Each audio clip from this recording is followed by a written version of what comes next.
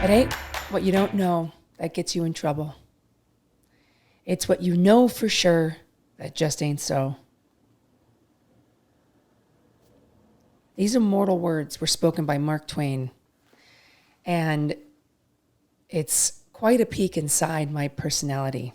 So you're going to learn a lot about Jen today. This idea that what we know, what we believe is the truth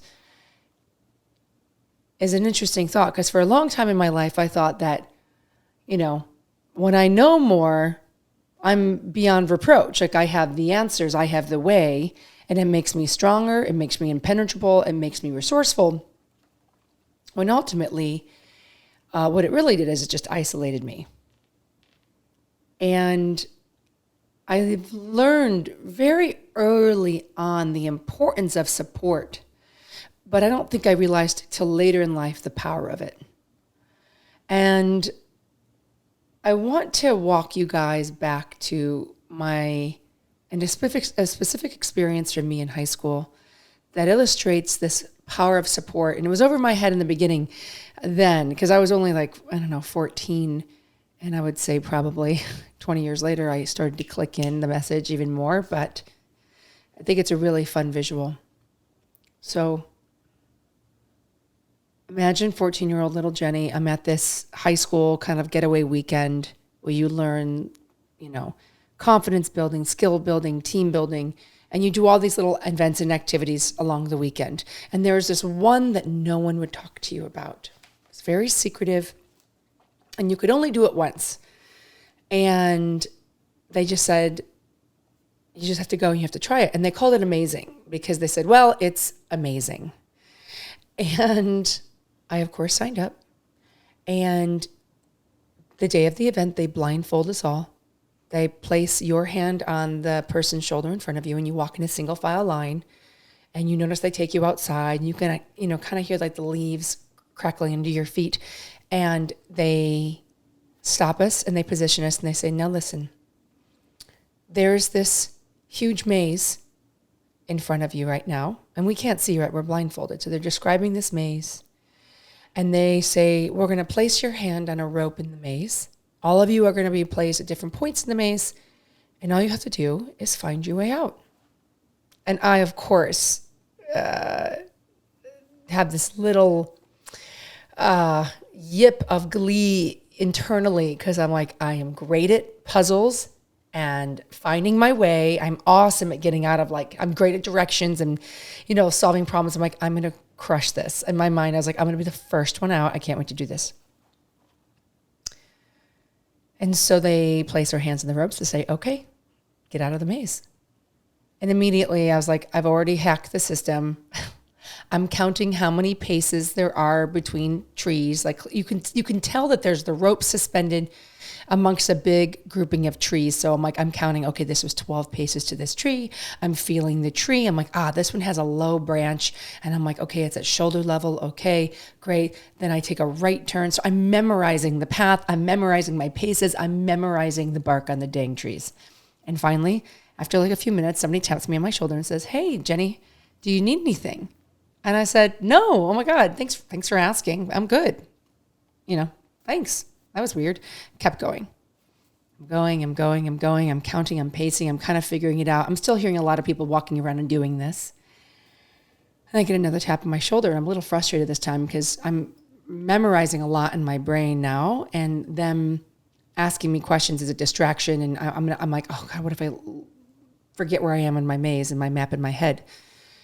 Tap me on the shoulder. Jenny, do you need anything? I said, no, I'm good. And I just motor on because at this point, I don't want my paces to fall out of my brain.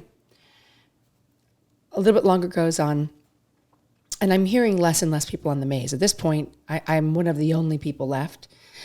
I am tapped in the shoulder once again. I'm asked the same question. Do you need anything? Again, I say, no, I'm good. And I'm angry at this point. I'm a little snippy. And at this point, defeated and deflated. And I remember vividly just my hand on the rope and just walking and dragging and just doing volume walking, just like I'm going to do this just by going as fast as I can, and I'm going to find an exit. And I don't get anywhere, and I am clearly the last person on the maze because I'm the only footsteps I hear, and I get a tap on the shoulder. Jenny, do you need anything? And I said, no, I mean, I don't need anything. I'm getting like frustrated because I'm feeling lost, and I don't know. I mean, I feel like I just need some help. They take the blindfold off, and that was it. That was the result of that course that day.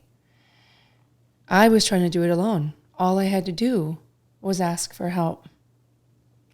And it's so crazy. Sometimes we don't realize how surrounded we are by support. People that care, people that want to help, whether they're strangers or peers or family members or whatever, they're just in your circle that day. And we don't accept it. And sometimes we don't accept it because most of the time we have a notion that we don't need it. And that was certainly me. You know, I wrote down the things, I'm like, you know, what was my story, essentially, for a long time? It's that I don't need help. Like, I got it. I got this, right? And by getting it by myself and doing it by myself, it means I'm strong and it tells you that I'm strong. And then the other layer was that I know better than you. I'm a know-it-all. I know better. I'm thinking faster. I'm going to solve this. I don't need help. You're going to pull me off track, right? You become a threat because I know better and I don't need you to throw me off. And it's that kind of control around needing to know the answer and being the one with the answer and the solution means I'm valuable, or somehow my opinion becomes worth more than yours. And it was an interesting thing to come to grips with because, you know, I was 14 then, and this is over 20 years later, and you start to realize that you have a lot of blind spots. Like, I've accumulated quite a few over the years, and I realized that a lot of that is because our experiences are what forms our story around something, and our story is what forms our perception. And as we know, your perception is reality. It doesn't matter how untrue my perception is. If it's your perception, that is your reality.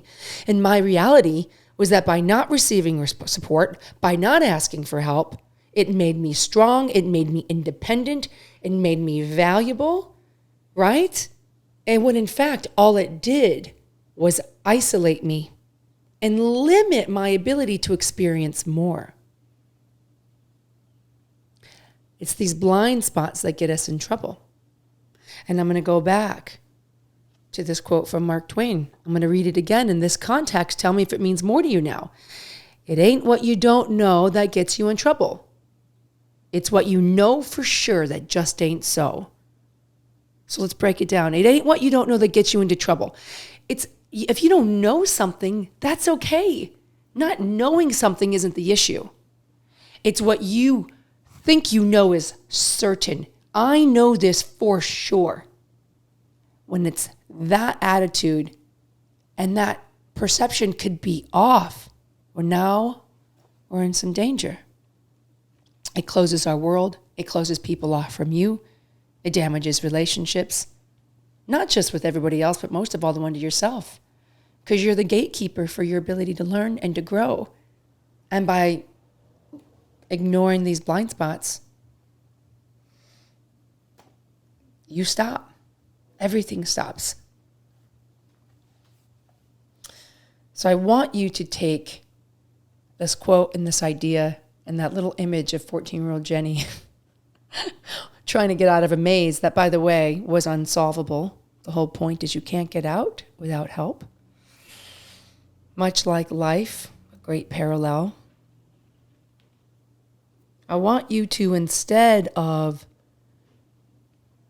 judging whatever blind spot came up for you as you were listening to this, I want you to get curious about it. Have fun with this. Get curious about what you are so sure about and think, maybe I could be wrong. Maybe my idea that Dumb and Dumber is the best comedy of all time, maybe that can be challenged. I always actually like to give it other examples to help you contextualize this, whether it's a movie that you're just so certain about, or even like a menu. Like Portillo's is hands down one of my favorite places to eat on the planet. I'll never stop eating there. And I'll never forget, my order was always the same. And my friend disagreed with me. He's like, I can't believe you just get the big beef. You don't get the hot peppers and you don't get the cheese fries. I go, no. I only got so much real estate in my stomach. I know exactly what I'm getting. I get the beef the way I get it. I get the root beer.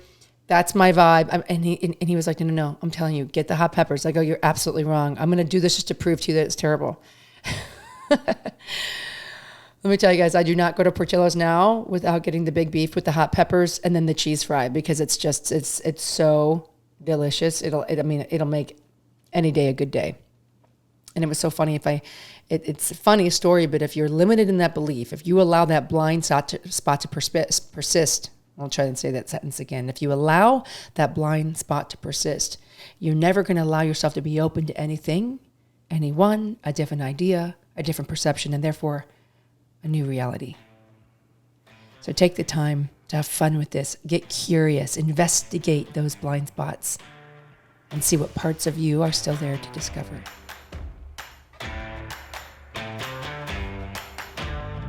Thanks for hanging with us and for being a part of our world. Be sure to head over to our website, smallthingsincommon.com, and subscribe. But don't worry, we're not going to flood your inbox. We just want to keep you up to date with new episode releases and fun perks for being loyal listeners. Okay, bye.